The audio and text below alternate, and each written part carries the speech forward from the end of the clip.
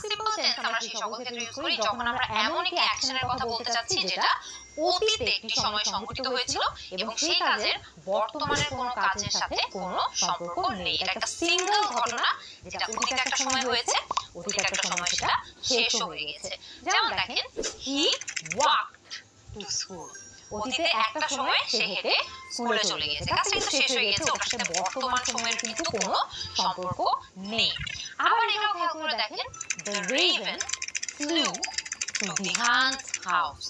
The raven flew to Dihan's house. এটা কিন্তু অতীতে হয়েছে, একটা পাখি উড়ে উড়ে দিহানের বাসায় গিয়েছে। অতীতে হয়েছে, ওই ঘটনাটা অতীতেই শেষ হয়ে গিয়েছে, এটা কিন্তু বর্তমান সময়ের সাথে কোনো সম্পর্ক নেই। পাস্ট সিম্পল আমরা এক্সপ্রেস করে থাকি রেগুলার ভার্বস এর ক্ষেত্রে ভার্ব প্লাস ইডি যোগ করে। যেমন আমরা দেখেছি walked, he walked to school, ed যোগ করে আমরা পাস্ট সিম্পল ফর্ম করেছিলাম। একইভাবে